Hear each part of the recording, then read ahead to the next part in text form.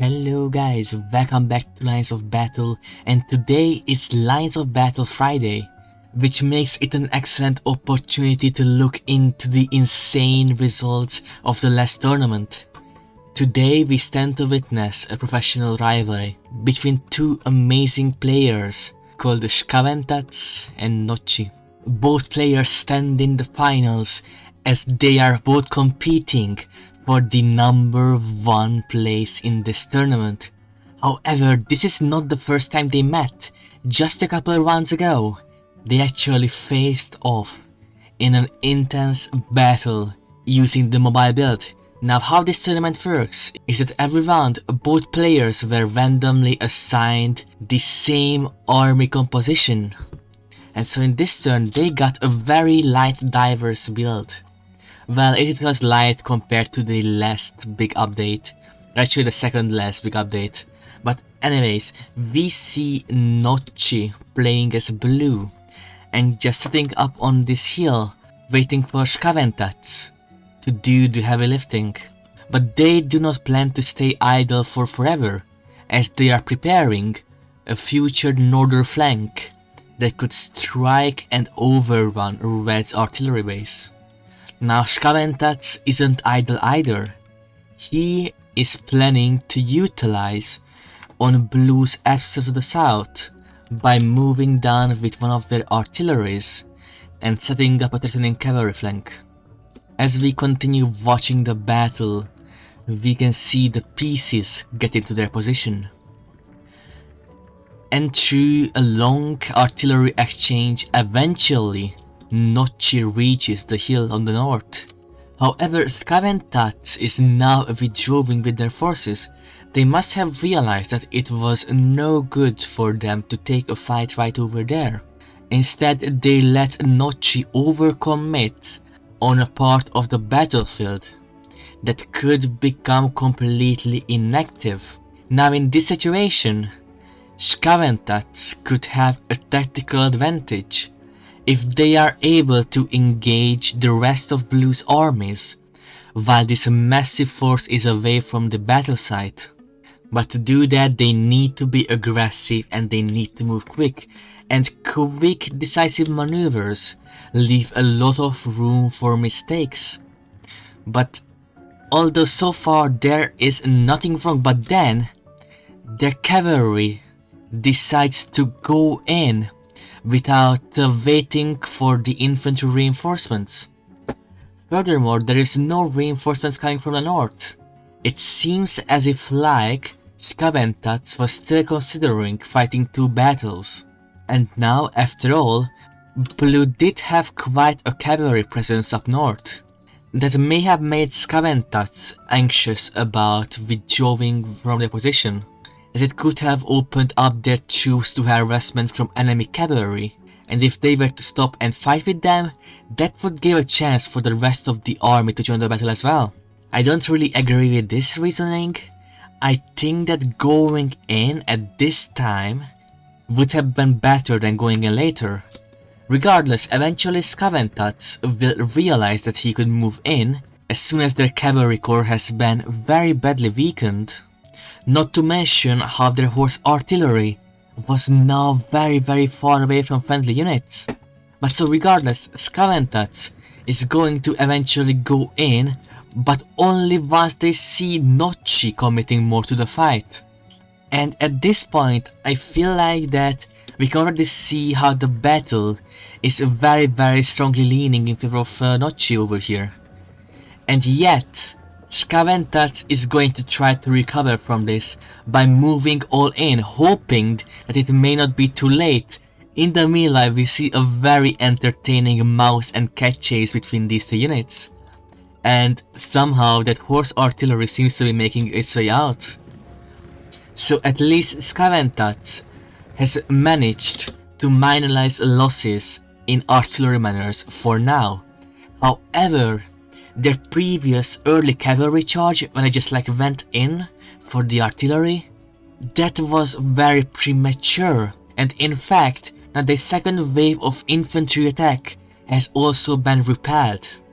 That is absolutely not great, because now Red is going to be down with 3 cavalries and also 3 infantries right over there. That pretty much seals the nail into the coffin, and eventually Scaventat just withdraws from the battle. This has been a massive victory for Nocchi, as Scaventat, it's about 150 elo above him, and so Scaventat retreated, and he prepared and trained for the next battle, and surely enough, the moment of truth has come. The first battle of the finals. If Nocchi wins this match, then he becomes the first world champion of random symmetrical lines of battle. And for Scaventat to win, he would actually need to win 2 games.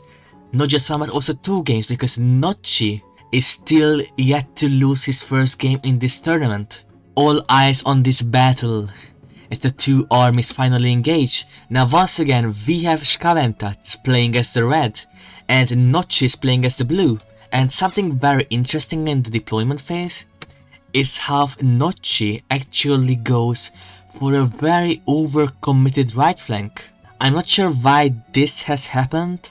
I assume it to be a mistake, because it would leave the center with so few defenders against so many.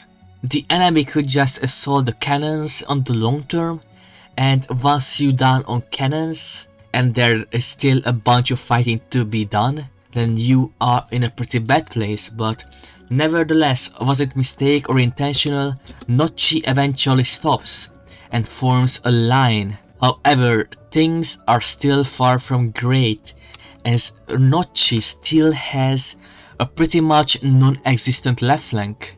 All of these units on the left will try to put pressure on the center, and just with enough numbers that they have, they could break through the units and destroy the cannons.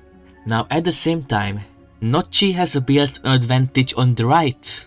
It is not an advantage of quality, but an advantage of quality and quantity. However, can it be decisive enough? I would say that regardless if this part of the battle is winnable, what really matters is the fate of the defenders of the cannons. As I said, being down cannons on the long term is pretty bad. Now eventually Nocchi reinforces the left with some further cavalry, and at this point it seems like that Nocchi might just be fine.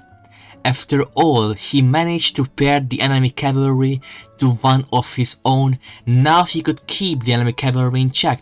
Furthermore, Nocchi actually formed something called an artillery fort.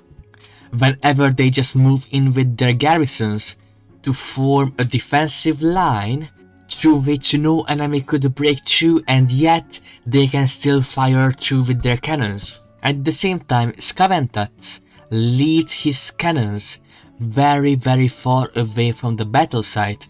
Now this is significant because although they are not as threatened to enemy charges, they are dealing far less damage on the enemy just due to this distance over here.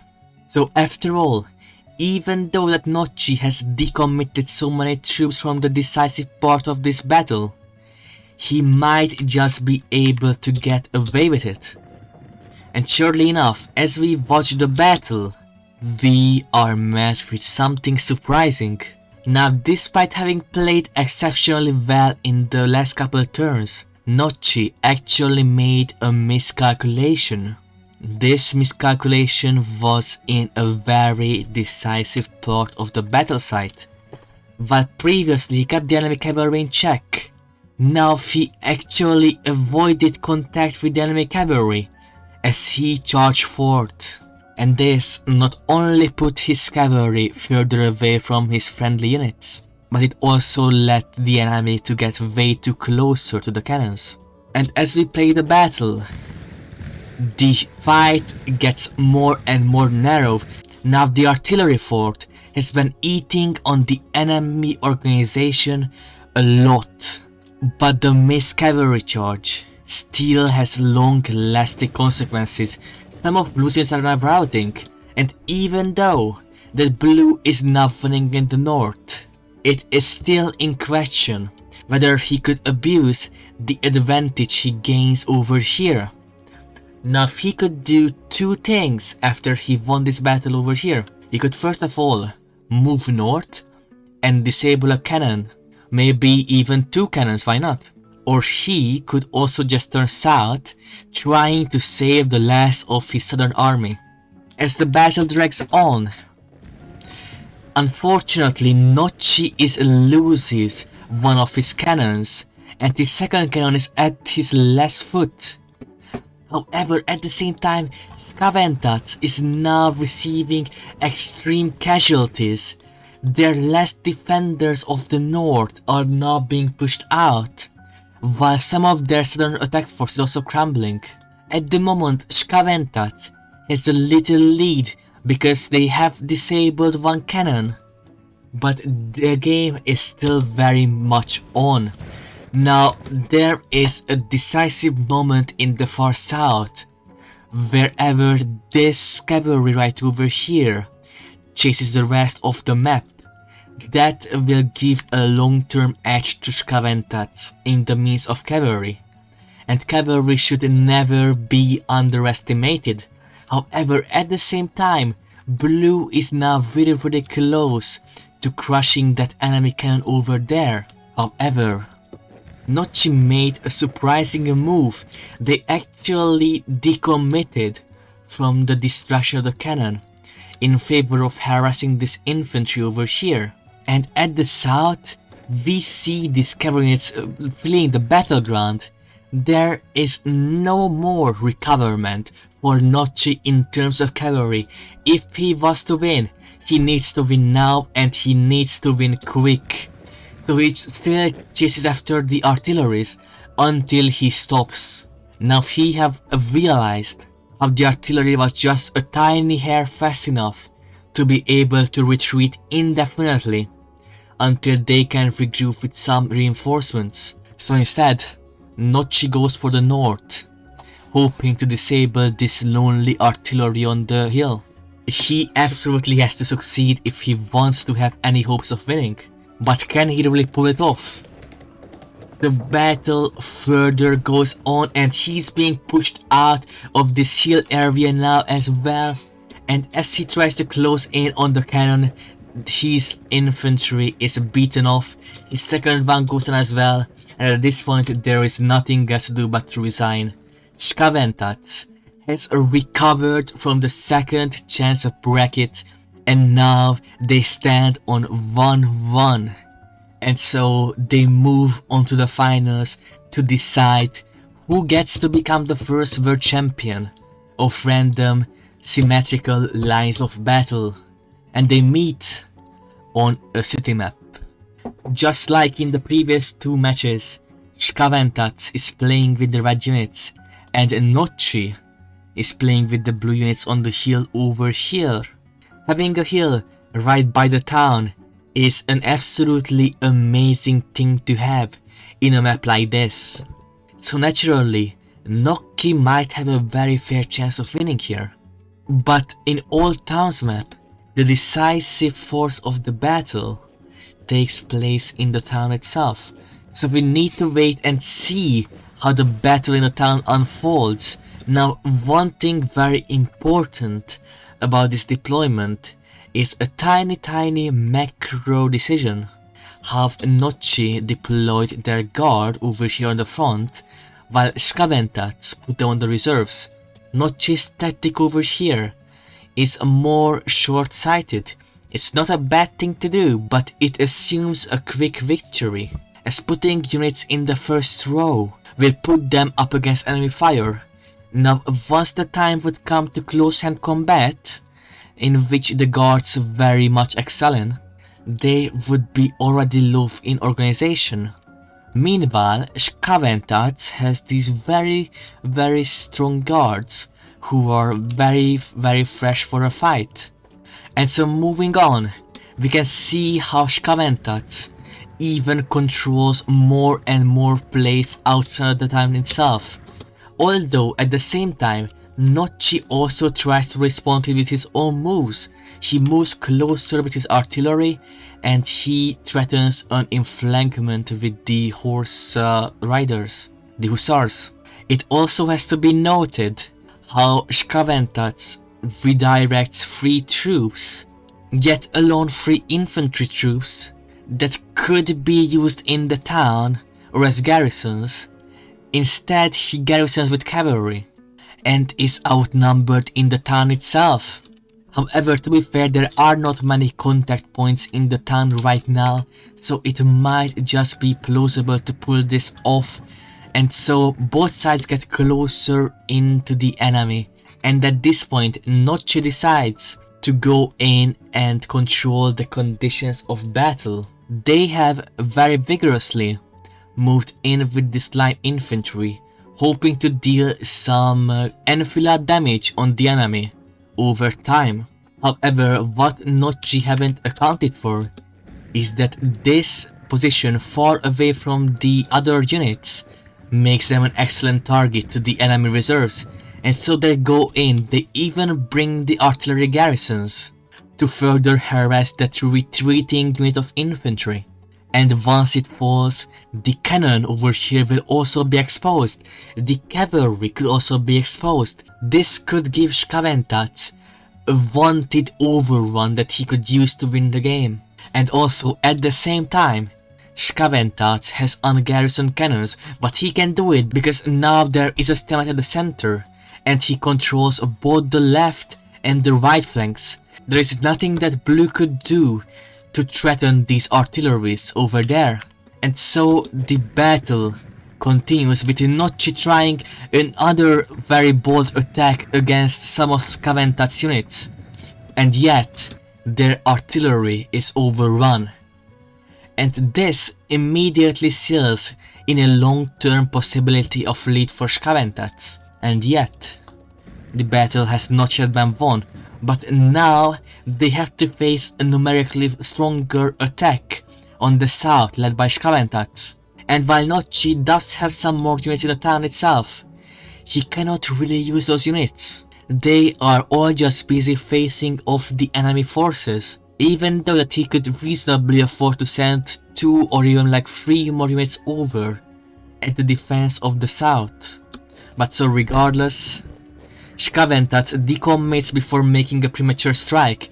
Remember when he lost the first battle because he went in too quickly with his cavalry?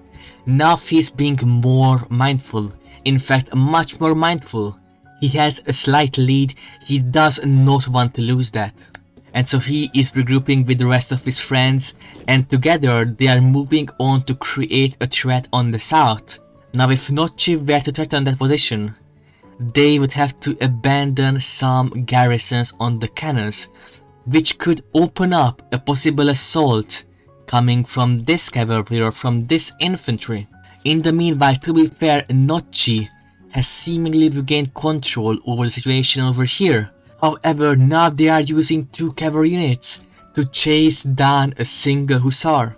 Instead, they could go after that weakened unit over there, or just create some threats, or maybe they could abuse the fact how Shkaventat abandoned his cannons, and he could just go all the way around destroying those cannons. Instead, the pursuit continues, and an engagement is made on the south, and just like that, Shkaventat was able to encircle some of Blue's forces, and with the devastating charges, they have now routed 3 enemy cavalry units. This may have just sealed the end of the battle, because now Shkaventat also gained access to this remaining artillery over here, and now there was just nothing for Blue to play for in the long term. And in fact, a resign was imminent, thus making Shkaventat the first winner of the first ever random symmetrical tournament, making him the world champion.